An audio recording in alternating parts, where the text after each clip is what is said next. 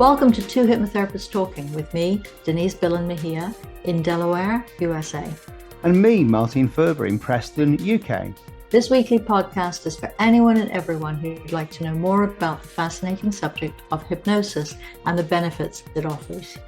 I'm a clinical hypnotherapist and psychotherapist. I'm a retired medical doctor turned consulting hypnotist. We are Two Hypnotherapists Talking. So let's get on with the episode. So let's get on with the show. Denise, please introduce our guests to us. Hi, Martin and Amina. Aminah Henderson is a young lady who is now living in Arkansas, but originally comes from LA. And she and I met because she was sort of 6 months behind me at hypnosis school. And so she didn't graduate with me, but we got to practice together a few times. And I've sort of followed her along in Facebook to see what she's up to. So hi, Amina. Thank you so much for joining us today. Thank you so much for the invite. I really appreciate it. Yeah. So I think Martin is interested as why somebody from LA would end up in Little Rock, Arkansas.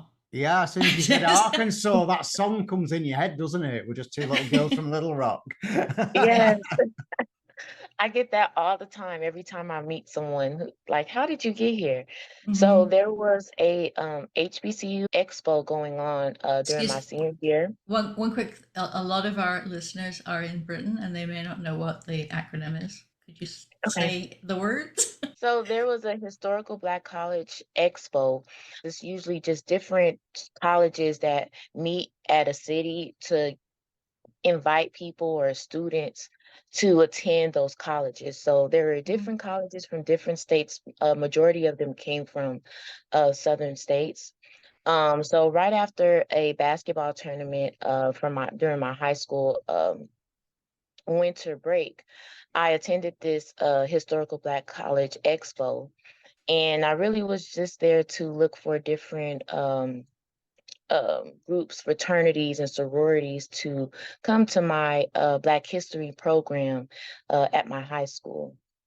So as I was there, I was with my parents, and my dad was like, since you're there, you might as well apply. And so I was like, I really don't plan on leaving Los Angeles. I'm going to stay here. And so one of the schools that I applied to was Philander Smith College, Philander Smith University. This school constantly kept reaching out to me in regards to wanting me to be on academic probation. I had 2 Ds on my transcript, and they were like, if you are interested, you can still, be part of the Philander Smith family. Mm-hmm. And so a month before moving day, I made the decision to say, hey, I think I'm gonna give it a try. It won't hurt. My dad was like, why would you want to do something like that? It was kind of more so a hesitation because I'm the youngest in my family. And that's a long way from home.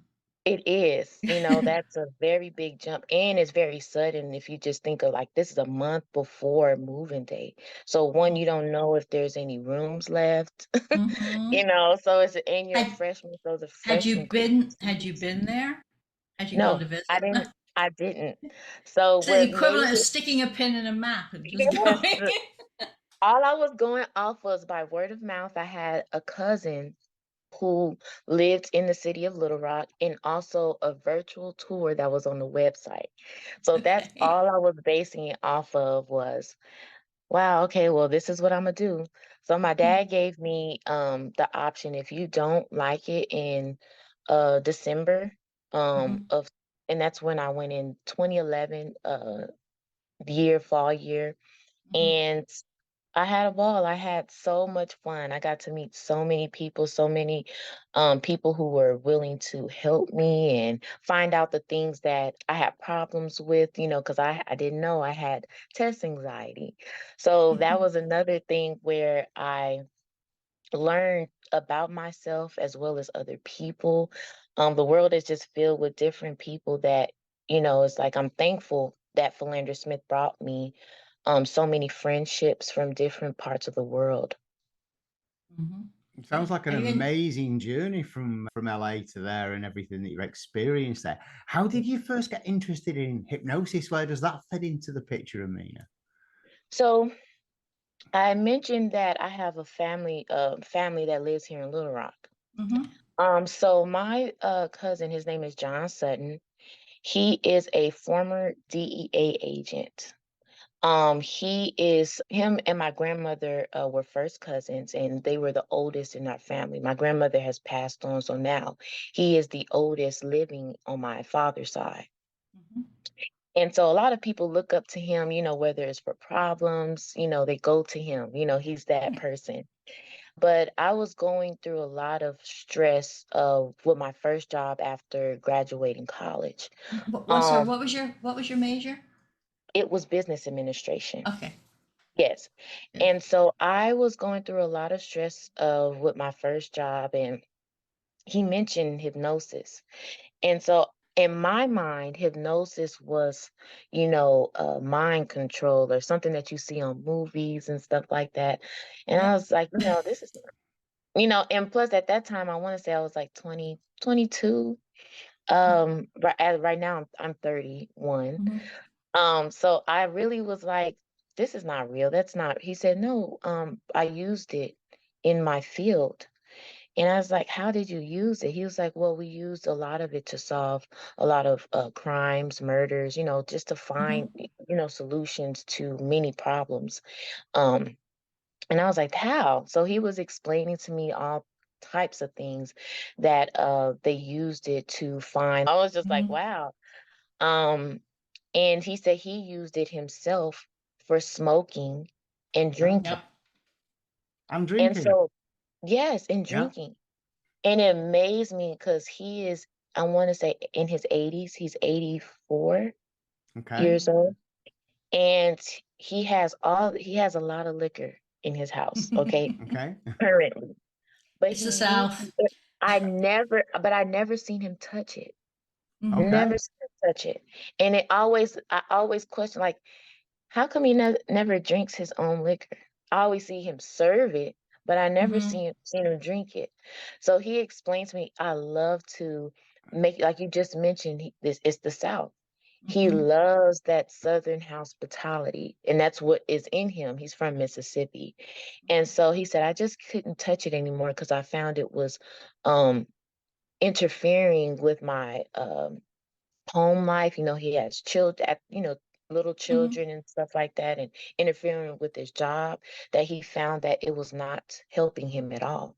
So he self-hypnotized himself, which I was like, wait a minute, you're giving me a lot of information all at once. This is real. Like, this is a real thing.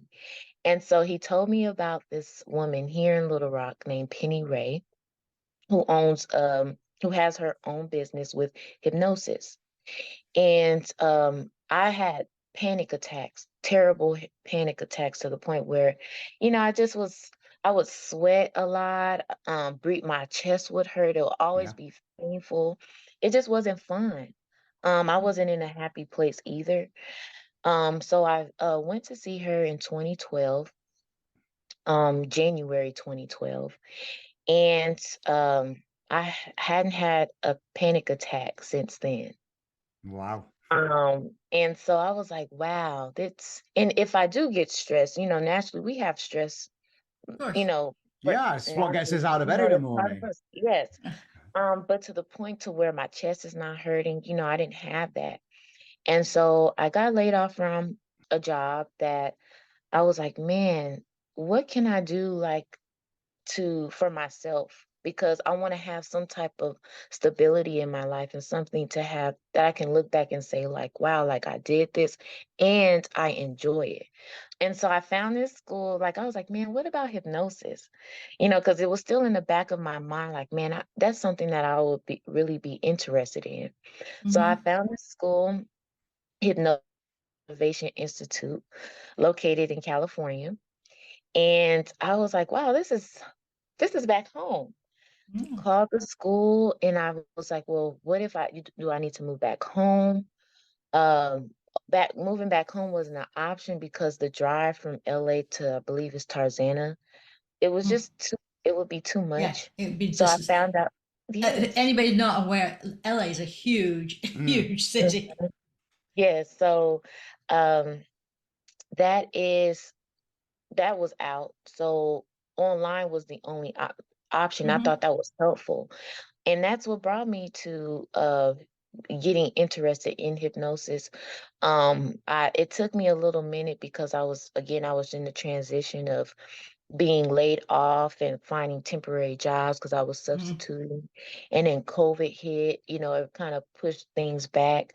Right. But I graduated in February 2020 and honors at that. And so that was a upliftment for myself. But I practiced with people. My mom was my first client. She was on hers was choice was weight loss, and she was on diabetes medication. And she was like, I really want, to do this. At first she was hesitant, but I told her about it and explained to her all the misconceptions of hypnosis and the pros of it. There's so many good qualities and that people miss in regards to that because they see movies or what they think they hear, and it's like having my mom as my first client really helped me a lot. Now she's off of diabetes medication, which is a plus Well for me. done, Fantastic. Mum. Fantastic. Yes, and to think like you think of like COVID, it changed so many of our lives. Some of us, a lot of people were drinking, some people were eating a lot more. For my mom, she was going through this, and we weren't really having had the ability to do the sessions like we wanted to, but to know that she was still listening to recordings and all that, her doctor was so happy with her, and that really just gave me encouragement. Well, this is my first client. My first client is like amazing right now, This is the so first person that you hypnotized who wasn't a fellow student. yes. Yeah. Yeah. Yeah, so that was a blessing itself. Fantastic. And has your mum managed to keep the weight off since then? Is she still happy and Oh healthy? yes. And yeah, oh, hmm brilliant. Yes, Fantastic. sometimes she's still, one of the things is, she'll say like, I still smell my perfume. That was her anchor, so she's just like, yes. Yep. That's great. So I know you're not working full time yet as a hypnotist, but do you see yourself staying in Little Rock? It is Little Rock is a great place, but home is always home. LA is Sure. always home. So, I do think of it, just thinking of, the right time and the opportunities. But as of right now, I'm here. And you're working for the convention center or the Yes, tourist yes, center? yes, the Little Yeah, Rock Convention and right. Visitors Bureau. Is it your plan on having a hypnosis business there as well, or are your hours going to let you have people make appointments in the evening? So, it's really that is the goal, and I don't feel like it will be difficult to do that because it's very rare that I have late hours all the So time. they don't Um, surprise you whether it's like, oh, sorry, you're no, staying till 9 tonight. Oh, yeah, okay, it's yes, doable. So it's a lot of individuals too that have second jobs too, Hmm. in their own businesses. So I don't think it'll interfere at all. It's just the So planning of it. yeah, figuring out what you have to do legally to be in Yes, business. yes. So now that I have my laptop, so Okay, I'm you in can the work right. again. Yes. So that is Yeah. like a relief. Hypnosis on the internet is wonderful. That's probably I don't get is it real so much. Can you really do this online? Yeah, it's happening Yes, in your head, and your head is there all the time. yes. Yeah, Yeah. Uh-huh. absolutely. I mean, I always say, because I do a lot of clients online, I've got clients all over the world, and I always say, providing they're wearing earphones, it works hmm every bit as good as in a face-to-face situation, if not Mhm. better, because you've got the absolute focused attention of them if they're using earphones. Yeah, and then got to go deal with traffic getting home. No, I'm interested, Amina, in the fact that you before we came on air, you said you wish to specialize in weight loss, but also anxiety. And I'm thinking of LA. Whenever I think of LA, I think of everybody being in therapy and being anxious or stressed. That's our perception of American television, you see, in the Yes. UK. Yeah. Yes, most definitely. All right, okay, so it's good to know you agree with me. Thank you. Yes. So, do you have a particular program that you follow for the weight loss, or do you just go with what that client reflects back to you? Really, it's a mixture of both. And Mm-hmm. also, like, what the client, I'll say majority of the time is what the client tells me. And even just from our first session, they'll mention something, and I'll say, "Look, let's refer back to this," or, Mm-hmm. so it's really just depending on what the client does, and or what they tell me, and then I have a mixture of what, the plan as well. Mm-hmm. Good. When are you going to pull the plug and actually do this? As far as starting the Yeah, business, when are you gonna actually well, start? I want to get a little bit more specialties on, and gotta, how that saying is, um, when you don't use it, you lose it. Oh yeah. And Okay. it's just I want to brush up and feel, like, okay, I'm back in the groove of things, because I know That sounds like imposter syndrome adjacent. That's yes, Yeah, yes. yeah, yeah. I You, yeah, remember being hypnotized by you. You yeah. can do this. Amina, I can tell immediately you have got that absolute empathy, and you are so tuned into people. It's untrue. I can tell. I can tell you've got this. You've so got this. Thank you. Thank you. I appreciate that. I do want to get more specialties though. Mm. Mhm. Um, and just as far as, like, I did do the handwriting too, Mhm. as well, which that's one of my favorites. As far Oh, as just analyzing handwriting. oh, Mhm. tell us more. Tell us more. So, when it comes to handwriting, it's um leading to our thoughts as far as our subconscious mind, um, knowns and unknowns are. Mm. And I learned that whatever mood you are in that moment, you write it out in your feelings. Mhm. And I remember having this, and it was so funny when right before I graduated, I was working with pre-K kids. I was working with Mhm. 4-year-olds. And there's this little girl in my class who was writing, we were practicing writing our names. And she wrote her name, and I never really realized why she kept, she's little, but she always drew hearts on Mhm. her paper. And at that time, when you write your name, you go and play. So that was Mhm. always taught, when you write your name, you go play in the center. So she's still right, I see her still writing, and I'm like, what are you doing? She's like, I'm just drawing hearts. Mhm. I was like, go and play. It's okay. Just go and play. So, and she was like, no, I still want to draw my hearts. She was just so fixated on drawing these hearts. But in the handwriting class, I learned that when I was finishing that class, um, when you draw hearts, it means that you have like a lot of love in your heart. You Mhm. like to give love. And it made me think of the little girl, because she was always so happy.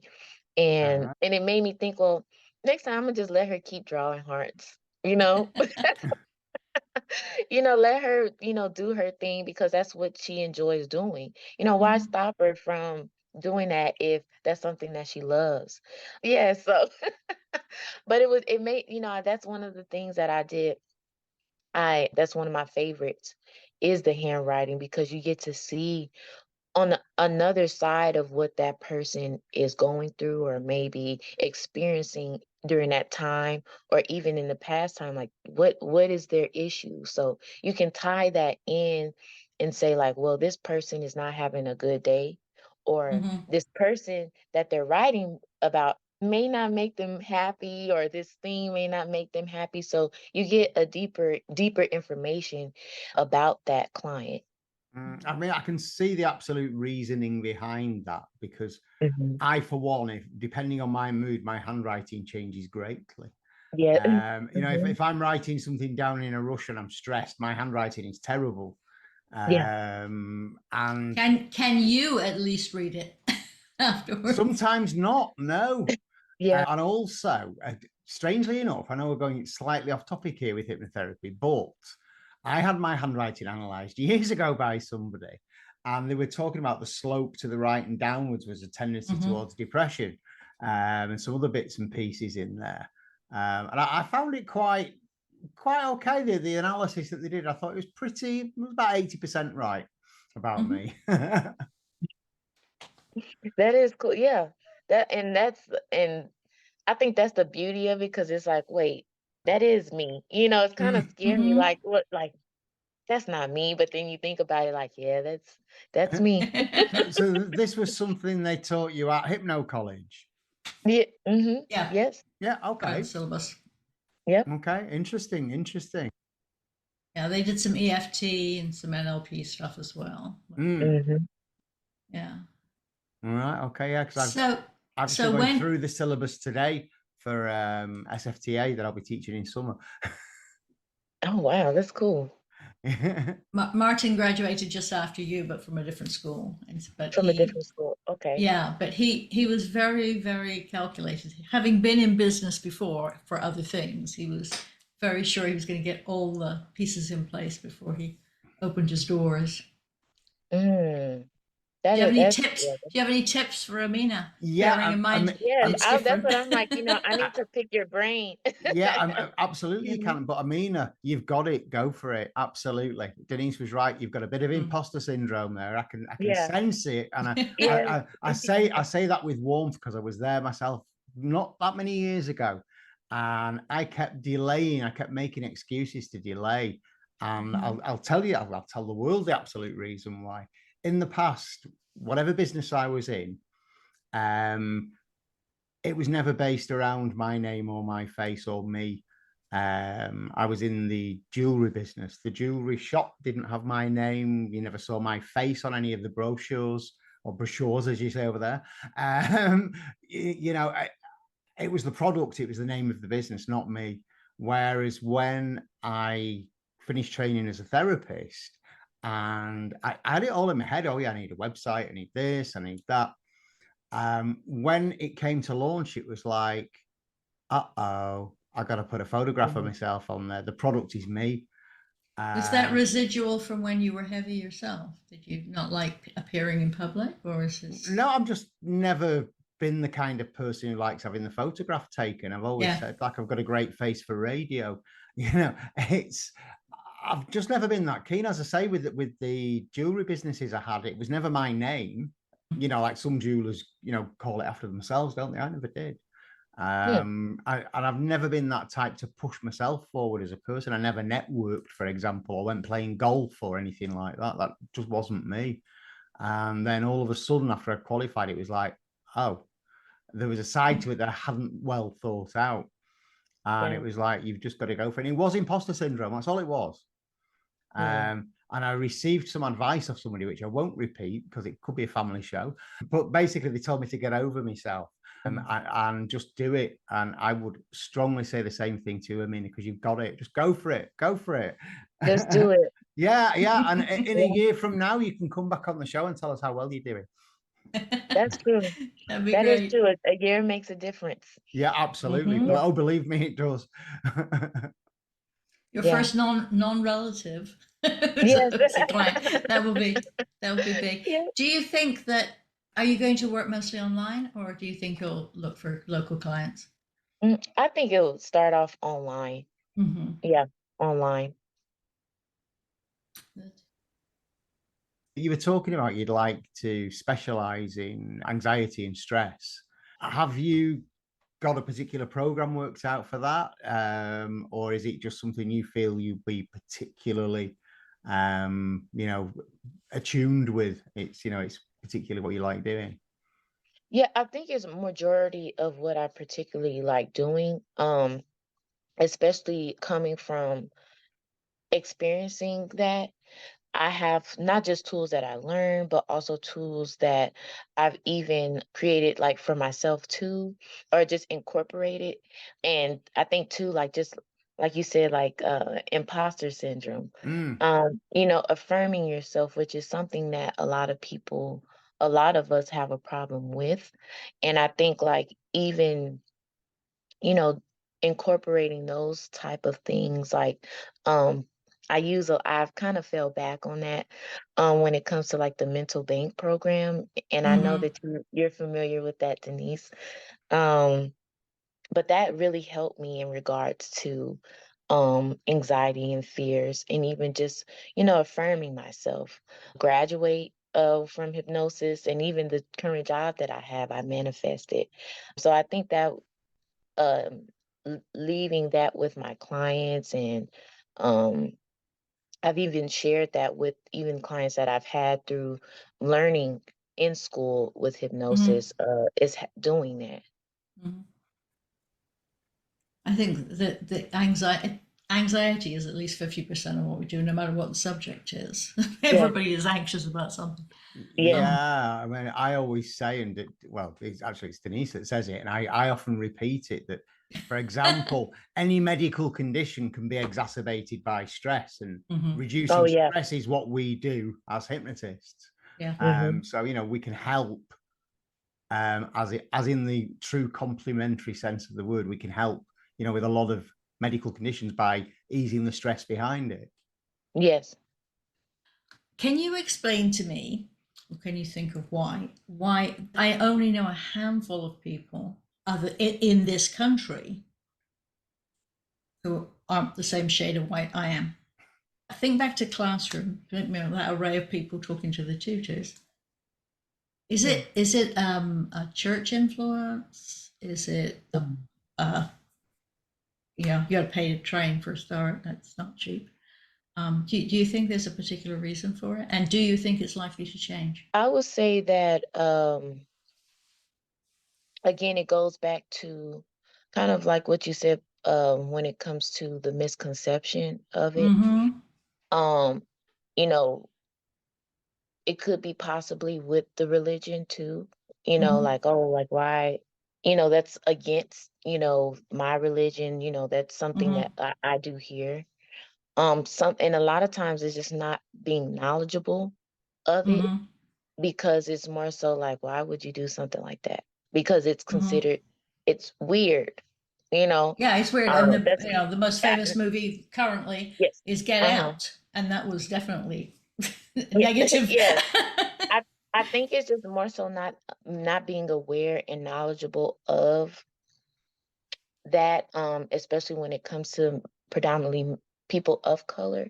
But there Mm-hmm. are some people that I have come across too, um, who are aware, who, I say in example, like my mom, you Mm-hmm. know, I had to get, explain to people. Sometimes I haven't been that successful with some people when it comes to that, but I think a big thing I will say is just not being the information of it.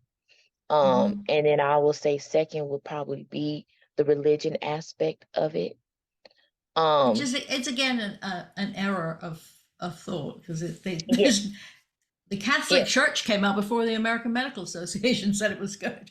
yeah. Yeah, I think it just really is just the open having I think first it has to start with the open mind. Mm-hmm. Um and a lot of people, it may not be that interesting. I'm not interested in that. Why would I do that? Um, it's silly, or it's just I don't believe it. Yeah, interesting, because in this country, in the UK, it's the same thing. I on my course when I was training, there wasn't one single person of color, and I don't know in the UK of any hypnotherapists of color that I can think of readily to mind. And I work also, as well as being a hypnotist, I work in mental health for a thing called Mental Health First Aid England. And we train people to be mental health first aiders, like physical health first aiders. But if somebody's having a mental health crisis, or if someone's in danger of developing mental ill health. It's the same there, training people from any diverse ethnic background communities, getting them on there to train them is not easy, because it's the views on sort of mental health and things like that within those communities, quite stoic about these things, you know, like, oh, you're just feeling down, you know, it's okay, that kind of thing. It's, again, it's, you know, it's one of these things where we need to sort of get the knowledge out there into every community about these things, about hypnosis, about mental health, Yes. about looking after yourself, sort of thing. Yes. Yeah. And you even touched on it, going back to just mental health in general. Mm. You know, I'm starting to see an increase of people of my community going into mental health, you know, as far as seeking it, because It it's has not a really stigma. encouraged. It's not encouraged, especially in our community, you know, but now, you know, you're starting to see a lot of us are going to seek help, which I feel like, you know, it's going to take a little while for people, especially, in which I've experienced, with people who look like me, want to learn about hypnotherapy and the, you know, the value that you have that's in it. Um, I don't know if there is a documentary on Profit. She was a tutor. Yes, she actually spoke on the colorism in the African community women when it comes to mental health, because a lot of that stuff, you know, it does interfere with, you know, um, a lot of the things that we encounter on a daily basis. But she touched on how hypnosis can help when it comes to colorism. Yeah. And I'm glad that she was able to explain and describe like the benefits of it and how the journey will be when going on that trip for, you know, hypnosis and um, things like It that. I know that it's helpful and it's getting out yeah. there. It's just taking time. Yeah, I Yeah. mean, unfortunately, due to systemic racism in this country, Yeah. for example, if your heritage is African or Caribbean, the chances are your first entry into the mental health system will be at crisis point via the police. Yes. Because people aren't seeking that support early on or early intervention when they have an Mhm. issue, it reaches crisis point. And Do you that's, think some of that is lack of provider? I hate that term, providers, doctors, nurses, therapists, who look more like me than you. You think that they feel like they won't be understood and so they don't seek care earlier? yeah, possibly, or because of the stigma within the cultures as well. You Well, know, yeah, Mhm. that's why I was asking for Amina that God, is it, what was her name? Shari? Who was the tutor that was there at HMI? Shara. Yeah, Shara. Hmm. I think she was the only person, because I wasn't until I She went was. to graduation. Even graduation was pretty bland, Yeah. except for clothing. Clothing was very interesting. Okay, Yeah. but I mean, there is a lot. It's women have of all colors have been at a disadvantage in medicine because it was a very male dominated profession for Right. hundreds of years. Mm. And so when they said something, the person on the receiving end didn't understand, even with the best will in the world, couldn't really understand what we say because we do speak different languages in some ways. Do you think you might become something of a pioneer there? Yeah, you know, that is the plan. That is the goal here in Little Rock. Because again, like you said, the profession it doesn't have that much that many as far as African Americans. So yeah, you know, I think there's about 5 of them here. Mhm. And so that is the goal, is to be that first one here. So Fantastic. That's mhm. brilliant. I'll pass over to you, Denise. You bring the Oh, conversation back. well, that would be difficult for me where we were when we finished. So I'm glad you're going to be a pioneer. I Yes. think I think that's an excellent idea. I And do have to say this has been very helpful because this is my first interview, and I hope I did well. That's I just All want right. to Well, say. I want to Great. set the invitation now a year in advance, Amina. I want to get you back on here in a year's time to let us know how you're doing. How's that sound? Yes, we'll do that. Brilliant.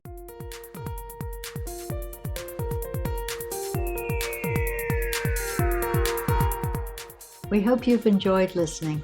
Please remember, this podcast is designed to give you an insight into therapeutic hypnosis and is for educational purposes only. So remember, consult with your own healthcare professional if you think something you've heard may apply to you or a loved one. If you found this episode useful, you can apply for free continuing professional development or CME credits using the link provided in the show notes. Feel free to contact either of us through the links in the show notes. Join us again next week.